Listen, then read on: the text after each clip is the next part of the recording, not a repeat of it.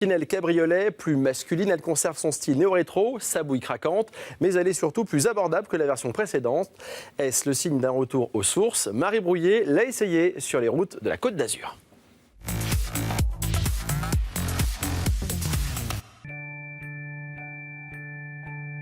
Au printemps, on s'imagine volontiers en balade, au volant d'une coccinelle cabriolet.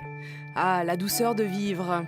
Mais comme rouler en ancienne n'est pas toujours pratique, Volkswagen propose une solution très actuelle. La troisième génération de la Cox Cab.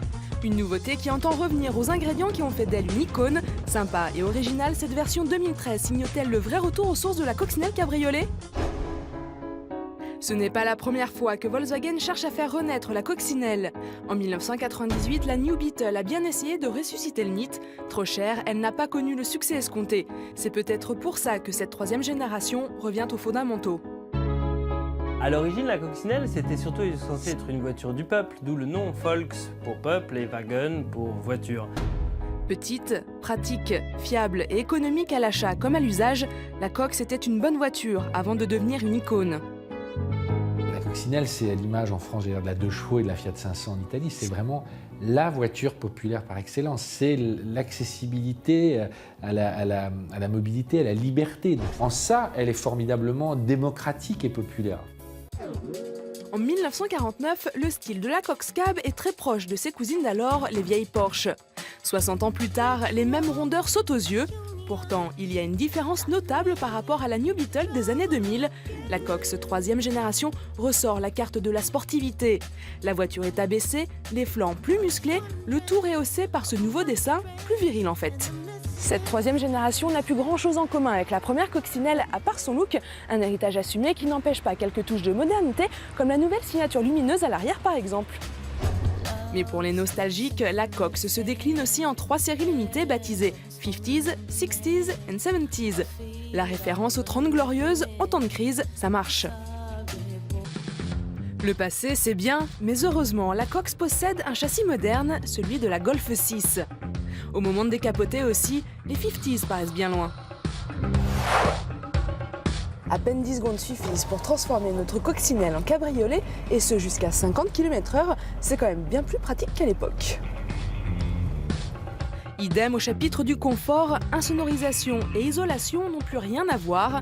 Avec ses 4 vraies places, la Cox est polyvalente, à condition de voyager léger. Le coffre se limite à 225 litres, c'est peu, mais c'est presque le double de celui d'une mini cabriolet. Tout comme la Mini, la Fiat 500 ou la DS3, la Cox Cab est d'abord une voiture à la mode. C'est des voitures plus coup de cœur, plus irrationnelles. Là où Volkswagen est fort, c'est qu'ils arrivent justement à créer ce côté un peu irrationnel tout en amenant toute la rigueur germanique. Germanique pour la conception, parce que côté fabrication, c'est dans une usine mexicaine que la Cox Cab est assemblée. Alors si certains matériaux font un peu cheap, pour une fois, une Volkswagen bénéficie d'une présentation colorée et joviale. Plus de marguerite certes, mais la boîte à gants et le gros compteur n'ont presque pas changé.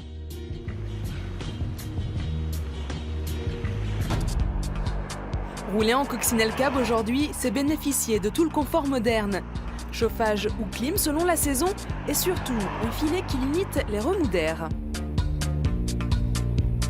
Sous le capot de notre modèle d'essai, une motorisation diesel à ne recommander qu'aux très gros rouleurs.